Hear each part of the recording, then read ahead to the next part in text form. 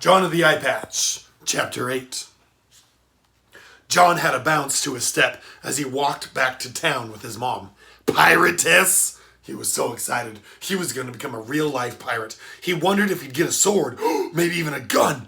His mom probably wouldn't let him keep the gun, but maybe a sword. What kind of sword would it be? He wondered. He hoped it would be a saber, like a curved sword. Those are the ones that always came with pirate costumes. The more he thought of the pirate swords, the more he couldn't wait for an answer. And he blurted out, "Mom, do I get a sword?" His mom scowled at him. "When we're in town, you call me Mary, or Mary the Unmerciful. Never Mom." "Why unmerciful?" John asked. "John, women aren't treated well by pirates. To survive, I had to build a persona," she said. "Part of it is a frightening name, like Unmerciful." "Do I get a pirate name?" "John the Swashbuckler. John the Ruthless." "You, John, ruthless? You better not be. I raised you to be more humanitarian than that. If you're lucky, they'll call you Eye Patch. If you're unlucky, something worse." Eye Patch sounded like a terrible nickname to John, but he had little trouble imagining what a worse nickname would be. As he had heard just about everything on the playground at school, one of his classmates had been sent home for lice and was forever remembered as Licehead. Another was called Butterfingers because he couldn't catch a ball. Shorty, Chubbs, Stinky. John's list of nicknames went on and on.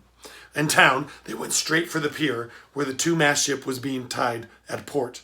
It was painted black above the waterline and accented with bright red gunwale and decorative finishes like gold on a snarling dragon for a masthead. "This ship," his mom said, "is the Dragon of Plunder. Its shallow draft lets it navigate channels that other boats can't." It was less than half the length of Queen Anne's Revenge, and it had one less deck, and it had only 4 cannon ports on its side. His mom led John up the gangplank to the main deck where the pirates were busy loading supplies into the hold.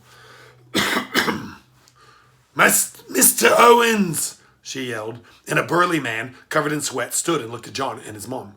"Arr, Mary, good to see ya." The two of them clasped forearms in a shake. "What of service be?" he asked. "This young master wants to earn his pirate marker," she said. She pointed her hand towards John. "Pirate marker, huh?" Mr. Owens rose a gray and white eyebrow. He wants to be completing the pirate trials," John's mom said. "Pirate trials?" Mr. Owens scratched at his scraggly gray beard. "Surely you remember the 3 nearly impossible to complete pirate trials, the ones to prove your worth for sailing the high seas." She tilted her head towards her shoulder. "Oh, aye! The pirate trials. 3 be there, yes. Been so long, had it fogged in my memory." He nodded his head several times. "Again, what be the first trial?" he asked. "Agility," John's mom said, pointing to the crow's nest atop the tall of the 2 masts. "We're gonna need the net." "The net? Avasti, laggards!" The other men on the ship dropped their bags and hurried to the main mast, chanting a chorus of "The net! The net! The net!" while they worked. "John," his mom took him by the shoulder, "you're going to have to climb to the top of the mast. You're going to have to hang a flag from the crow's nest without falling or dropping the flag. One fall or drop and you fail the test, and you have to go home." "I understand," John said. "Mr. Owens," his mom said, turning, "bring me a white flag, a very big one." The pirate brought back a flag as requested.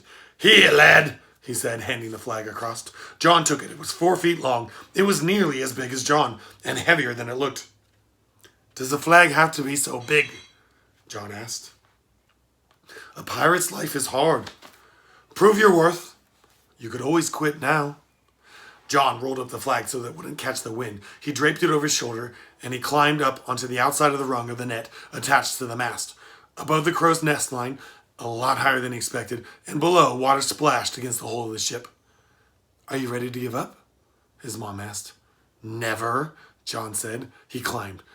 Not so much harder than a playground ladder, he thought. Halfway up, his arm started to ache. He looked down. The pirates below held a large net stretched open a few feet above the deck.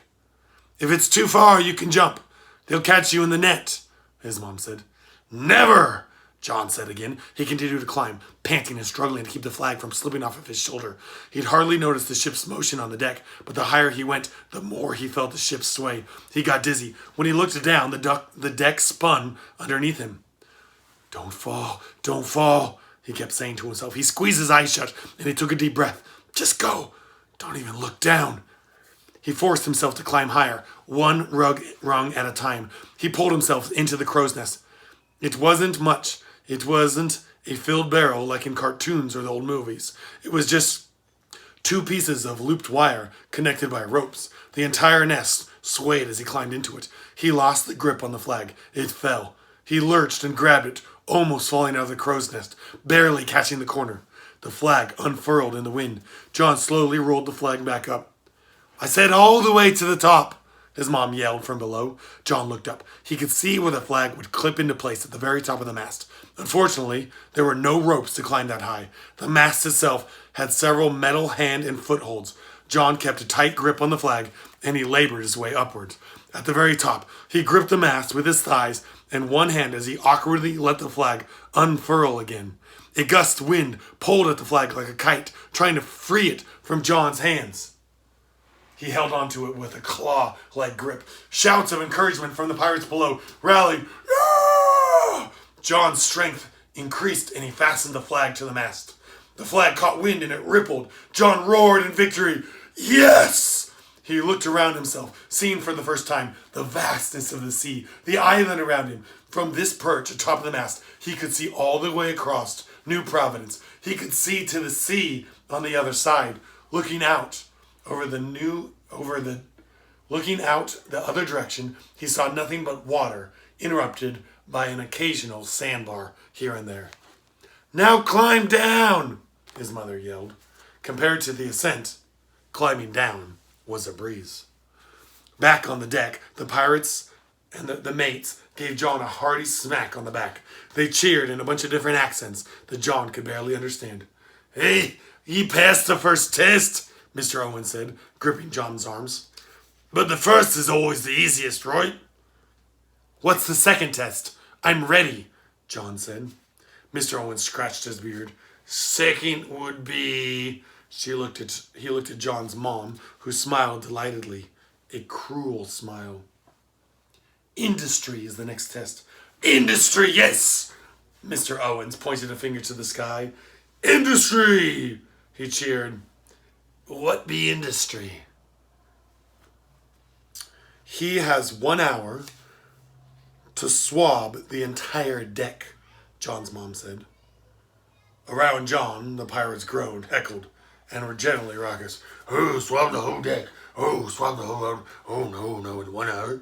John looked up and down the deck. It wasn't that much bigger than his house at home. He'd be done in maybe 10 minutes. Pirates have a silly opinion of hard, John thought. "Where's the mop?" he asked. "Mop? Who said anything about a mop?" his mom said. "Mr. Owens, bring the bucket and the brush."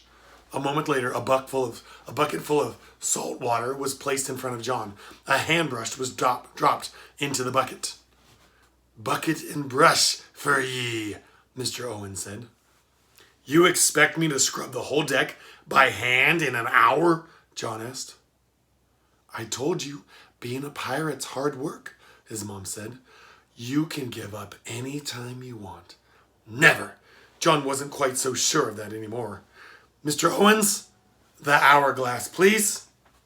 "Hourglass, aye!" Mr. Owens pulled out a sand-filled hourglass and put it on the deck. "The sand's running," John's mother said. John grabbed the bucket and he ran to the bow of the ship. He got down on all fours and he started to scrub the deck. The brush was wide enough.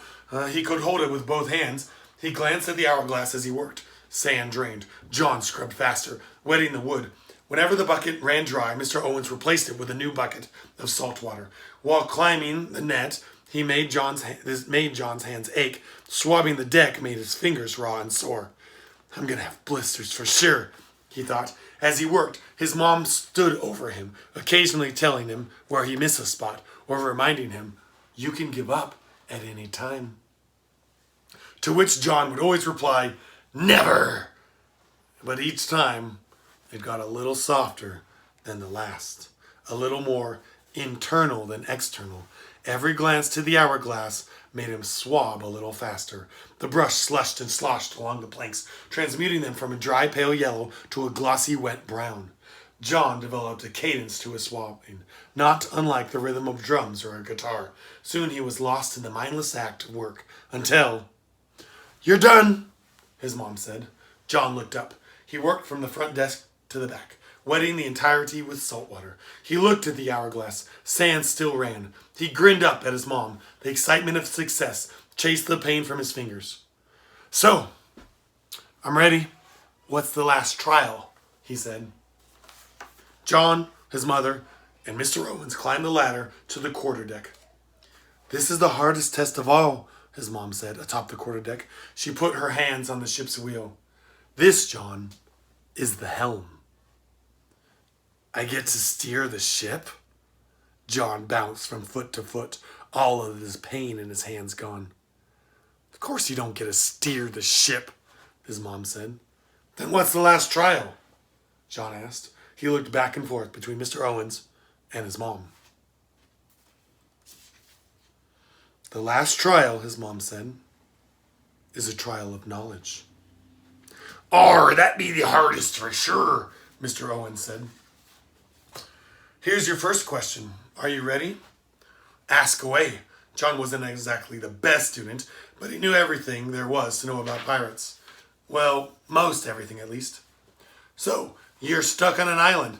How do you get home? Expecting something more like, what's the name of Blackbeard's ship? Still, John knew he could solve this problem. Do you give up? John didn't even bother to say never this time. He closed his eyes and imagined himself on the island. Do I have any tools? No. Do I have a hatchet? No. John opened his eyes and he walked to the rail. He looked out over the gentle Caribbean waves. Without tools, I couldn't build a raft, so I'd have to be rescued.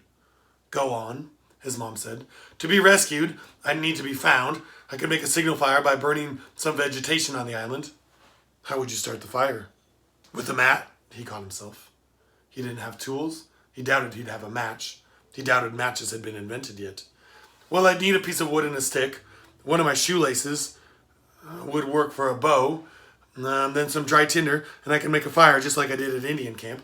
John remembered using a simple bow to get a piece of wood spinning fast enough against a notch of a block in a wood to start a fire. Them Indians, they be full of resources, Mr. Owens said with a nod. I'll allow it, but you have limited supplies of vegetation. When do you start the fire? I'd have to look for a ship. But the island's too big for you to see in all directions. How do you know you're even looking the right way? Well, I'd have to know where I am, so I would know which direction the other inhabitants...